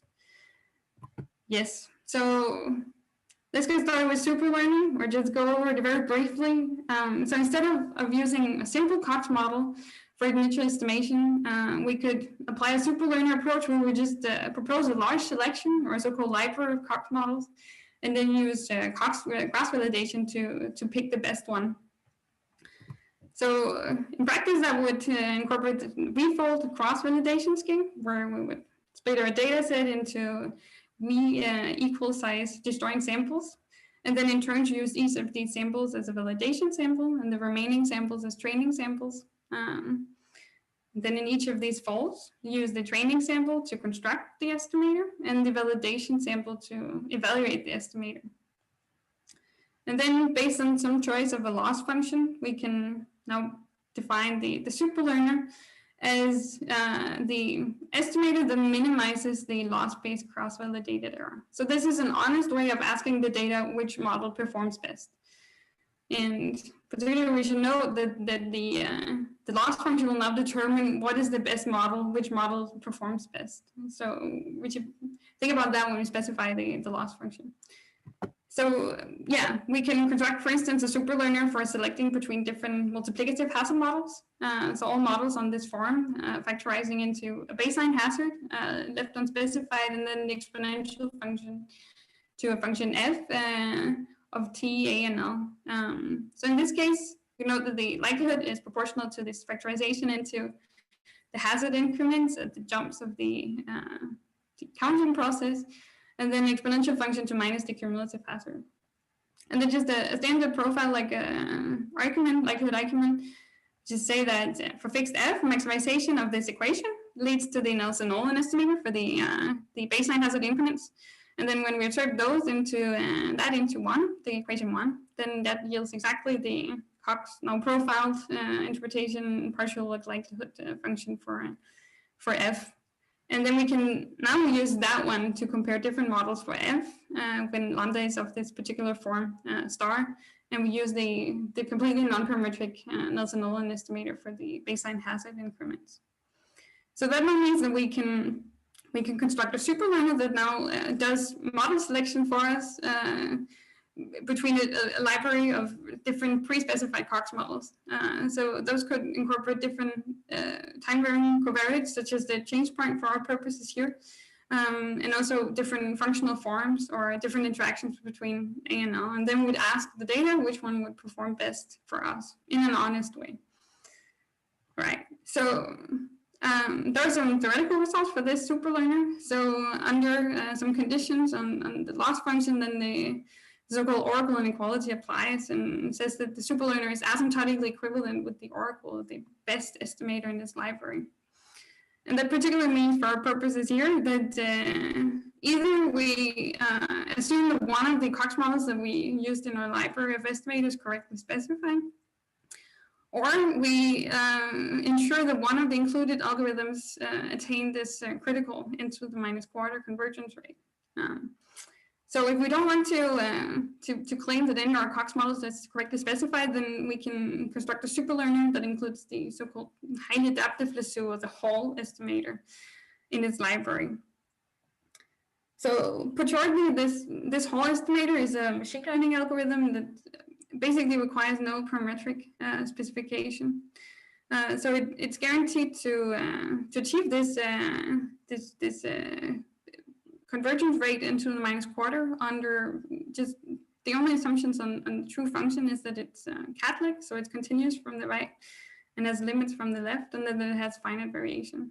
So in essence, the true functions can be discontinuous and have jumps as long as we ensure that it's not having infinite jumps in small intervals. Right. So just to put a few more details on this Hall estimator, well, the basic idea is to solve this infinite dimensional estimation problem where we minimize the loss-based empirical risk over the entire function class of cat-like functions with variation unbounded by a finite constant m. So yeah, the idea is that with the Hall estimator is that we solve this infinite dimensional estimation or minimization problem by approximating or representing the function in this function class by a linear model in a very large number of indicator basis functions. The nice thing is that in practice, we can compute this Hall estimator by the superpenalized regression, where indicator basis functions are treated as covariates, and the point mass assigned by the function to the support points of the observed data are the coefficients. And then the variation arm will be equal to or approximated by the sum of the absolute values of the coefficients, which is exactly the L1 norm. Yes, okay. So this Hall estimator is already well defined for regression and binary regression problems. So we need to define it for the continuous time conditional hazard. So just a few considerations on that. So we propose to parameterize the conditional hazard into two functions that are cat-like with finite variation. So the true hazard has this form. It's given as the exponential function to the sum of these two functions. So if we, for instance, specify f1 to be log the baseline hazard, then we're exactly back to the form that we had before for multiplicative hazard models. So now a Hall representation for f1 will be in terms of indicator basis functions for the variation along the time axis, and a Hall representation for f2 will be in terms of indicator basis functions for the variation along covariate axis. And also for time and covariate and treatment interactions. Those could be two-way interactions, could also be three-way or etc.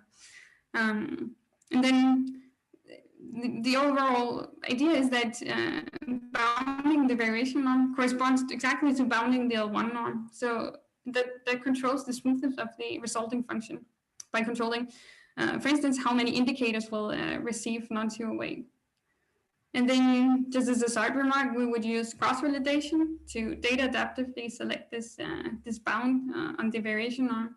And then by the oracle properties of superlearning, we would just need one of the considered bounds to be larger than the two bound, and then that would be good. Yes, so a little more considerations on this implementing a Hall estimator for continuous time conditional hazard. So just very briefly, the theory points to using this completely non-parametric Nelson-Nolan estimator for the baseline hazard. So in essence, this is like not penalizing the time indicators for F1. So we could go for two different options here, using a whole representation for F1 with a parameter for each observed event time, or use the actual Nelson-Nolan estimator. So if we go after 1, we can use the penalized Poisson regression. And we have the option to penalize or not penalize these time indicators. If we go after 2, then we can use the penalized Cox regression. Yes, so here are just some results from applying a very simple implementation of this whole estimator and then putting the TMLE step on top of that. So just compared to, I have also included the estimators from before. So we had the TMLE based on the misspecified Cox, and now here at the top, I have the whole TMLE. So again, nicely unbiased estimator for the target parameter. A nice coverage, which is in correspondence with the theory. And then we see that the relative mean squared error compared to the Kaplan-Meier estimator is decreased compared also to the TMLE with the misspecified Cox. So what we see is that this whole TMLE can improve precision just without any model specification. So it just data adaptively finds the covariate information to take into account, including this change point in the hazard.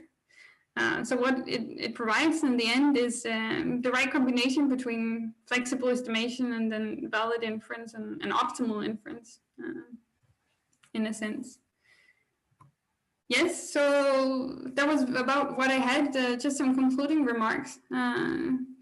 I've tried to show here that we can improve a simple Cox regression approach by adding this targeting step. But then we can also improve a simple Cox regression for initial estimation by combining different Cox models into a superlearner. So essentially, the superlearner provides an honest way of doing model selection, where we can even make sure that the model selection is using a measure that also is optimized for the target parameter. But then we can also improve this superlearner of Cox models. We can, for instance, include other models that are much more flexible, such as CoxNet. But then we can also use this highly adaptive placebo estimator, which really stands out because it achieves this n to the minus quarter convergence rate while still being very flexible. So in the end, if we're willing to go all the way, what we can achieve is this fully data adaptive whole TMLE for continuous time survival analysis. Yeah, so I hope I've been able to show that we can use these principles of the TMLE template to construct a TMLE for continuous time survival analysis that included this targeting along this multiplicative fluctuation model, and then there are different options in the construction of superlearner and the libraries and the whole estimator. And then just on a very final note, I just wanted to mention this is this setting considered here is a special case of other settings of our ongoing work on this continuous time TMLE. So a more general setting would be the one that incorporates these time-dependent treatment and confounding. And then also the setting we consider today, we also have similar work on the competing risk setting, targeting average treatment effect or just general treatment effects on the absolute risk function. And then we're also very interested in these general dynamic and stochastic intervention. Yes. Thank you so much for your attention. That was what I had. Thank you, Helena. That was fantastic. Great talk. So we do have a few minutes for questions. Go ahead and type them into the chat. I know last time it took a moment for people to process and formulate their questions. In the meantime, we have a question that was asked in the last session we ran out for, so we will go ahead and address it now.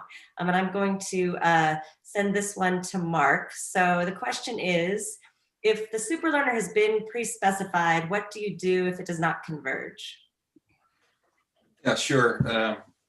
So this concerns that some of these algorithms in your library might, in certain settings, not converge. I mean, one of the settings is actually already logistic regression, right? It has sometimes issues converging, certainly if things get sparse. So this is actually one of these things. Now, number one, you want to program the superlearner in a way that if one of the algorithms doesn't converge, that it should just drop it, and then just work with the remaining algorithm to choose the best one. But really, this also gets to the setting up the statistical analysis plan is that it's important to run your actual TMLE in kind of the similar data as you're going to apply it to make sure everything is working properly. Because it might be exactly that type of situation where things are just too sparse and that's, for example, on logistic regression has trouble converging. And that's something you can address at that point by making sure, that you don't have too many variables fitting a logistic regression when the sample size doesn't warrant that.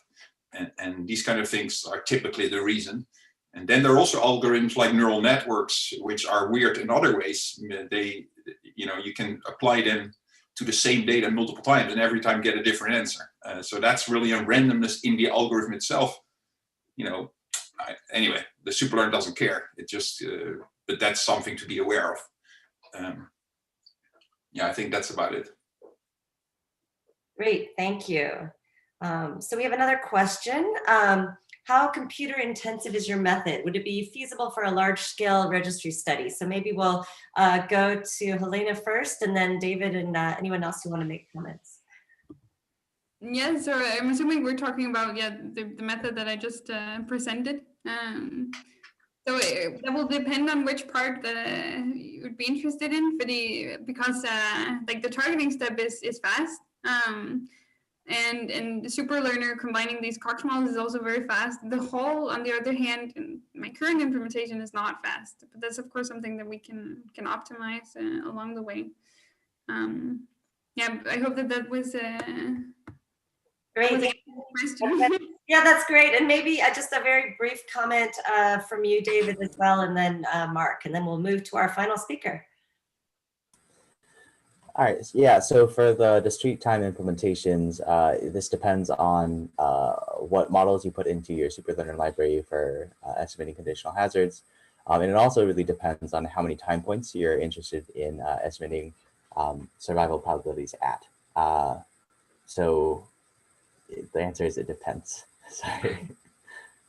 That's great. Maybe Mark, any brief concluding remarks, and then we will move on to our last speaker, who is you.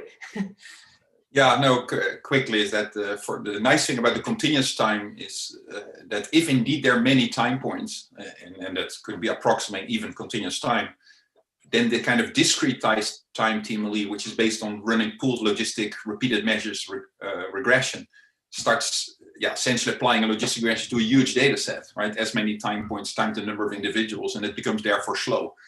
On the other hand, the continuous TMLE Helene talked about doesn't have that problem at all. So it's actually very fast still, and it's not affected by that. So that's and that helps immensely then with the computation time. And then regarding superlearner, again, it all depends on the kind of algorithms you throw in there. And that's again something with an a priori study you might see. Hey, for this type of data, I don't really need this type of algorithm. And maybe make it more scalable in that way. Great, thank you. And I think, so our next speaker, we'll move on to our next speaker is Dr. Mark Vanderlaan, who is a professor of biostatistics and statistics at the University of California, Berkeley, and has a long list of awards and fancy things we could say about him, but I think really has just been one of the leaders at the intersection of machine learning, causal inference, and semi-parametric statistical inference and inventor of the targeted learning methodology. So with this last 15 minutes today, he's going to take us through just high level some of the other applications of TMLE, including, I think, maybe an example of an application to, if not the equivalent of like the Danish registry, some fairly large data sets. So thanks, Mark. Yeah, thank you. So can everybody see my slides? Look good. Okay, good. All right, so I will just review some applications in the remaining time of TMLE. I mean, we have to be reminded that TMLE is a template for constructing these efficient plug-in estimators for any kind of statistical estimation problem, which is of course defined by the data, by your statistical assumptions, and by the statistical target parameter. And so it has an immense range of applications and also the opportunity to solve new problems. Anyway, I guess we have shown that a TMLE is a well-behaved estimator for time to event outcomes. So let's see how TMLE performs with other real-world data challenges. So the first example is an example which was worked on by Romain Paracchio, and it's kind of an interesting story. It's people were interested in treating septic shock patients with steroids on top of the antibiotics. And the idea was the doctors thought that this should work and might have a beneficial effect and help the survival rate for these patients, which of course is very serious. And so people started doing randomized trials. And in the end, 35 randomized trials were carried out. And even a meta-analysis could not find a significant benefit of the steroids. It was suggestive, but not more than that. It was not statistically significant. And then there was also kind of 3 major RCTs among them, which made sense to consider them separately and analyze them separately. There was 1,300 patients. And also there was no statistical benefit. Of course, the confidence interval was a little wider. And so what Romain did, he worked very hard, and I think he's still working on bringing in that data, which is always hard to get, so that he could reanalyze it himself with a TMLE approach. And so he implemented a TMLE with SuperLearner in particular, and reanalyzed these 3 trials. And with the 1,300 patients, and got an estimate of 80%, and with a confidence interval significantly smaller, mostly due to using SuperLearner, where you get a lot of gain in efficiency. And so that was good news. But the other interesting thing, and showing the benefit, obviously, of actually incorporating covariates in these randomized trials. But the other interesting thing was that something interesting was happening in this study, that there is this particular response to ACTH stimulation, which is a binary variable, which is measured on every subject. And that one was actually key, because what we see here is that under the non-responders to this stimulation, this steroid was actually beneficial. And it was clearly have a strong effect. On the other hand, for the people who were responding positive, were responders, it hurt to take steroids. And so there was really an underlying split in 2 subgroups, where one, it was beneficial and the other was not. And that explains then, when you go after an average effect, that it's much harder to find something significant, but also you're kind of missing the boat. And this actually gets into other work, which is definitely we have been involved in, and where you actually a priori specify an algorithm which is going to use superlearning to learn the optimal rule, and then simultaneously says, okay, I've learned this best estimate of the optimal rule for treating in response to baseline covariates, and now I'm going to apply the TMLE for the mean outcome under that rule relative to control. And again, all a priori specified. It takes care of the fact that data is used twice by using sample splitting. It's called cross-validated TMLE for these kind of data adaptive target parameters. And all this a priori specified would then easily find this binary covariate, which is so crucial, and actually end up with finding the effect relatively easily, and also learn actually the right thing, that we should be treating certain patients with this steroids and others not.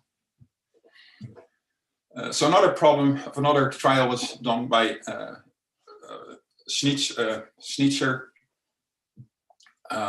which was working on the promotion of a breastfeeding intervention trial. It's Mireille. The question was, does longer duration of breastfeeding decrease the rates of gastrointestinal infection in infants?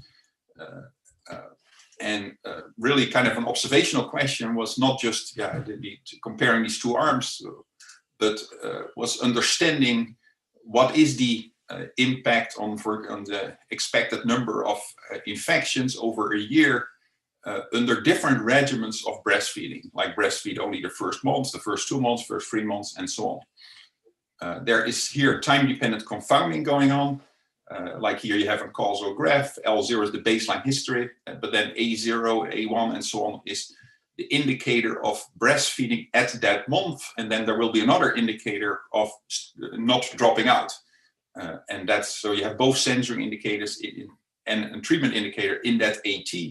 And these are the intervention nodes in the graph. And we're trying to understand what the final outcome is, which is the total number of infections under a certain setting of these intervention nodes, and in particular, like I said, breastfeeding the first 5 months and not getting censored, right? So these censoring indicators are always set to 0.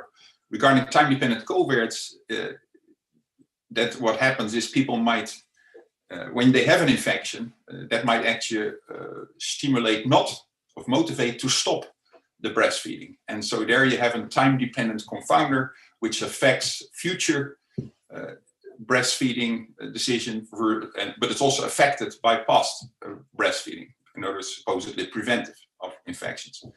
So that's why this is now a situation where you have to take into account these time-dependent confounders. So Miraida did some simulations and demonstrating that using full-blown super learning, and this uses actually sequential regression, TMLE. We'll hear more about that on Friday. And demonstrating that the super learning is important, it really reduced bias, and that of course TMLE is important as well. And then she applied it to this data set and find reduction of 2.5% of this infection, getting an infection or the number of infections, and also with a significant finding, while other results which don't fully carry out the full procedure, are too variable to find something significant. Here's another example, again, in dealing with time-dependent confounding. This is by Romain Neugebauer. This involves a collaboration with Kaiser Permanente, where we're interested in how to treat diabetes patients, and in particular, what rule to apply for controlling glucose levels. In other words, should we, the moment the glucose level exceeds a certain cutoff, should I, at that moment, start intensifying the treatment and controlling this glucose level back to the level I want to have it? And how aggressive should this rule be? So notice, what shall we use for the cutoff? So you're really talking here about comparing different dynamic treatments for controlling glucose level. And these are very simple rules. They're just checking the current glucose and deciding on a cutoff. And here you see as cutoff 7.5, 8, and 8.5. These are 3 different dynamic treatment regimens. The one is more aggressive than the other. And you are interested in the question, what would survival have been for this population if everybody would have been treated according to this rule? And what you see with the full-blown targeted learning implementation, again, incorporating the super learning as well as an important ingredient, we do get a separation of these 3 curves, demonstrating that more intense control of glucose is, these rules perform better and reduce survival.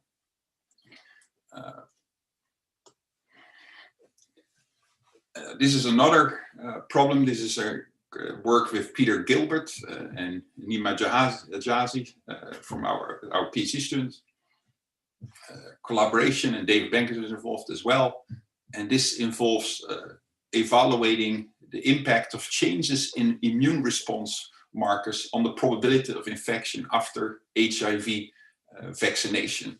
So the question is, okay, people have been vaccinated, but they have different immune responses. Are maybe the people with higher immune response, are they doing better in not getting infected? And so what is really the impact of these changing the CD8 immune response? But here, number one, this is an example of a continuous exposure. So you're asking a question about changing a continuous exposure. That's its own challenge. And then the other challenge is you need to worry about positivity. So in other words, asking for an intervention from the data which cannot be supported because it doesn't make sense means in essence that your estimators are not going to do well and have very large variance because you're asking something which is just not supported by the data. And so we're looking for interventions which make sense. And so in these cases, we often use these so-called shift interventions. So here's an example, right? Instead of saying, I'm going to enforce everybody to have a particular level of this CD8, which doesn't make sense, it just doesn't happen. You could say, no, everybody has its own kind of inherent or observed level. We are just asking it to shift it a little bit by a certain amount so that everybody is changing its current CD8 level to like increase it by 5% or 10% and see what the impact is. And so here you see 2 the shift of the exposure, and then correspondingly the impact it has on the probability of getting infected with HIV. So this was applied to the actual trials, which Peter Gilbert is running. And you see here for different shifts how this probability of getting infected decreases somewhat, and then at the end it seems to stabilize or maybe slightly increase. This is another example which involves effect of this TAG, transfusion protocol or mortality for trauma patients. This is Alan Hubbard working on this study. And they are essentially, transfusion is guided by 3 types of rules. And they were interested in the question, what would be mortality be if we apply this rule versus if we don't apply this rule? And the data is not that large. So it's relatively small sample size. It's high dimensional covariates. So it's one of these challenges. And in particular, their work, it's a situation where certain covariates could really easily cause trouble in the sense of positivity issues, that they're too predictive of the treatment and thereby make it impossible to find anything. And that's where we have developed this collaborative TMLE, where we make the fit of the treatment mechanism itself tailored towards its goal. In other words, the treatment mechanism is used in the targeting step. So let's evaluate how well the treatment mechanism performs in the targeting step of the TMLE. How much reduction of bias do we get there? And let's in that way tailor this fit of the treatment mechanism in the TMLE. So this is a very interesting procedure we developed a long time ago because of the absolute need in observational studies to get a robust TMLE, which is not suddenly having this erratic behavior because of certain covariates, which are maybe very predictive of treatment, but not even that important. So it's looking for a better finite sample trade-off of bias and variance. And so first by simulations, we see the reduction by using CTMLE in bias without paying a price in variance at all, often actually reducing it. And it was also applied to the data. And that's what you see here, that for example, for this particular cryo protocol, and reduction of 15% in mortality at 6 hours, and getting quite different results from the unadjusted. Let's see, where's the... Might want to just wrap up in a minute or two so we have a time. Yeah, that sounds good. Actually, I'm going to skip this one. This was a framing heart, again, a variable importance analysis. And yeah, that's actually it. And of course, there are many more applications. I think this gives you a flavor of the big variety of statistical estimation problems you're confronted with and where TMLE has been applied. Here are some references to these particular applications. So I can stop here.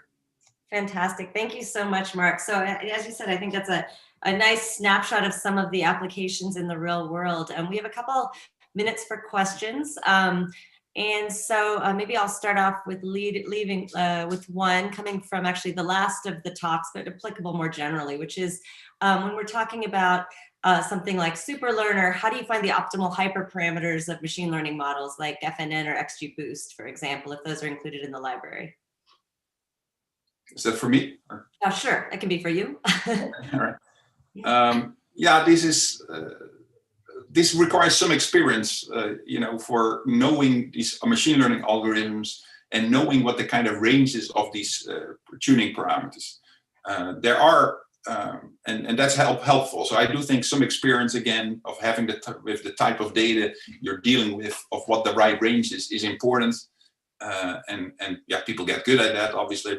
And then once you have a reasonable range, so that you're not wasting all that computer time to find out all kinds of fits which don't make sense anyway, then you can they become part of the superlearner problem. And then there are two ways to do it. One is you add that particular algorithm. Let's think about whatever gradient boosting with different tuning parameters. You can add the gradient boosting for every level of that tuning parameter to the superlearner library, or you let it do its own internal cross-validation. And so then you just have one algorithm which is gradient boosting, but it does its own internal cross-validation to fit that tuning parameter to the data. And so these are two ways to add this particular algorithm to the superlearner library. And there are there's a lot of software development, like for example, H2O has very powerful, very professional machine learning algorithms. You can call them from R, so you can incorporate them in the super learning, and they do exactly this kind of automated finding of all, and searching among all these different tuning parameters. So yes, there's a lot of good work there. Fantastic, thank you. So any other final questions for today? Feel free to send them our way as well. Otherwise, we will look forward to seeing you for the third and final day of the webinar, which will be held on Friday. Please note a change in the time for the Friday session. So it will be at 7 a.m. Pacific time and 3 p.m. CET. So 1 hour earlier than these previous two sessions. And on the third day, we will have an introduction by Dr. Thijs Lang from the University of Copenhagen. Then we will dive into a little bit the use of TMLE to go after problems we've mentioned today, where we have this time-dependent confounding problem, or we have variables that happen post-baseline are affected by treatment and affect either future treatments or censoring. So how we can extend these models to handle that. And then we'll also have a talk from Mark talking really about some of the assumptions that underlie these methods, where care is needed applying them, and also really exciting frontiers and future work to relax the assumptions or ensure that they hold and really make these methods even more robust in real world applications. So we hope you will join us on Friday and have a wonderful time until then. Thank you. All right. Yeah, thank you.